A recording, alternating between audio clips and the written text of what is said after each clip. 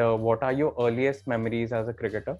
I used to play tennis ball cricket, and gully cricket was always a part of my life. But hardball cricket I started when I was 15, and earliest memory is playing cricket with the tennis ball in the backyard with my dad.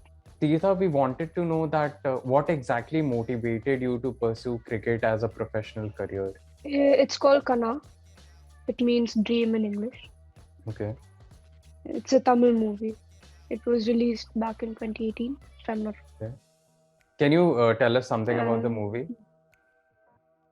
Yeah, so the movie mainly focuses on women's cricket and farming as well.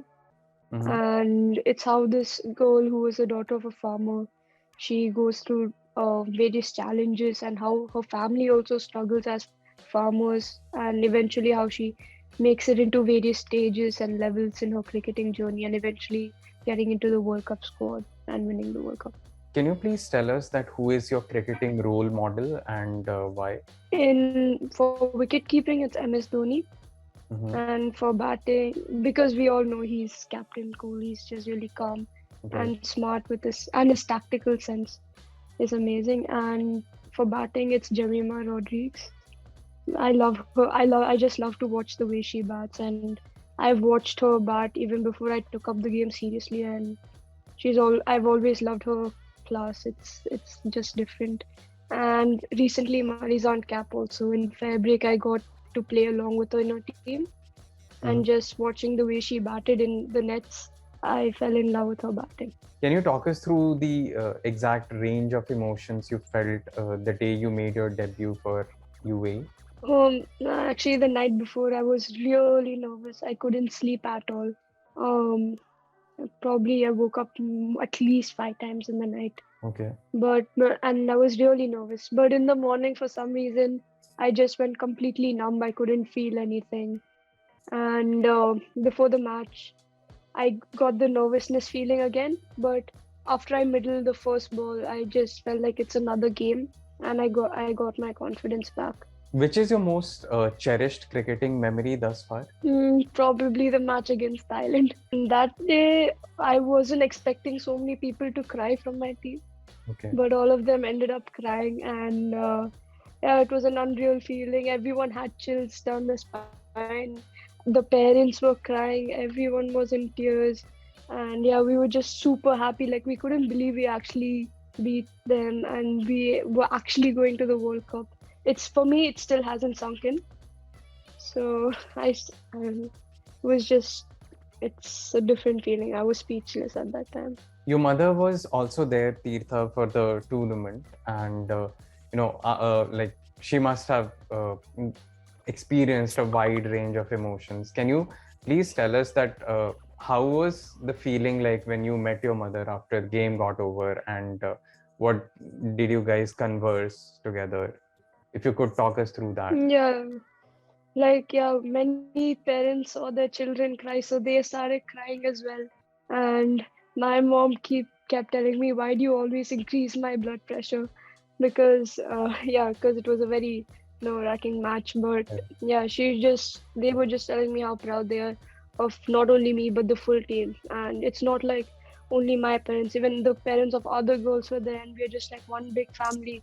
So not only my parents, but even other parents were congratulating each other and telling each one of us how proud they are of us. How much does the Under 19 World Cup mean to you personally as a player? As a player, I think it's the best opportunity to get in this age category. I mean, it's the inaugural World Cup as well, so playing against a test nation, playing countries, it's a big deal.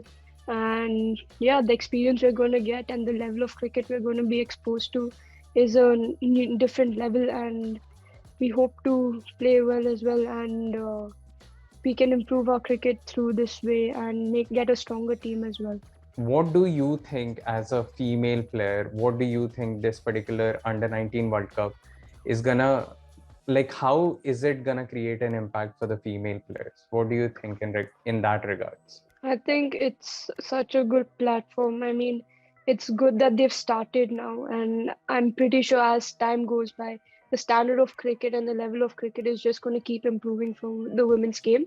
maybe not in the first two, but like as it goes, it's going to become as strong as the men's game or even better. And now the under 19s of each country, they are also going to develop, and more focus is going to be given to the girls. And the girls have something to look forward to and work forward to as well.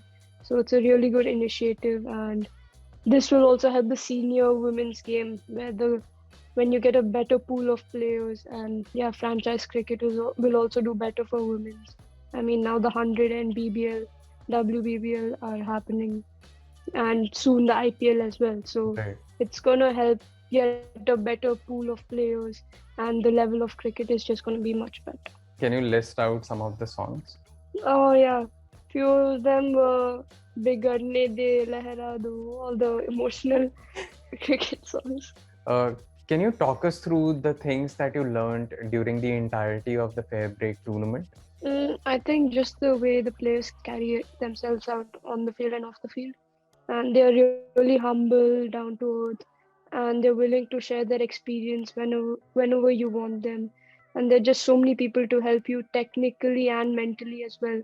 So it was really fun to see what a routine of a cricketer was, and mindset wise also what their thoughts are behind every match and how they take the game and their pre-match routines, and it was really insightful and educative. In terms of like gaining maturity as a player, do you think there were things that you learned in while playing in the Fair Break tournament and you actually implemented it while playing in the qualifiers in Malaysia? Like, can you single out something in that manner? Yeah, in the Fabric finals, we had lost two early wickets of Chamari and Dani Mm-hmm. early on in the innings. And at that time, I think my mindset wasn't exactly right.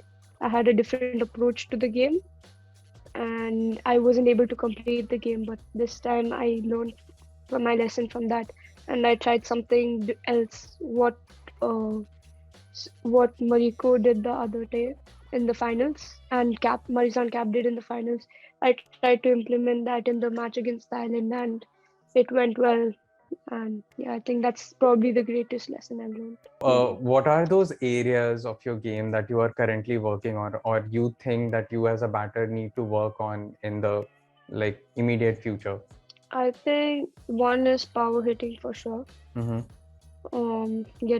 Clearing the boundaries, And the other thing, I guess, is trying to be innovative and get those gaps and manipulate the ball as to what you want to play through the gaps.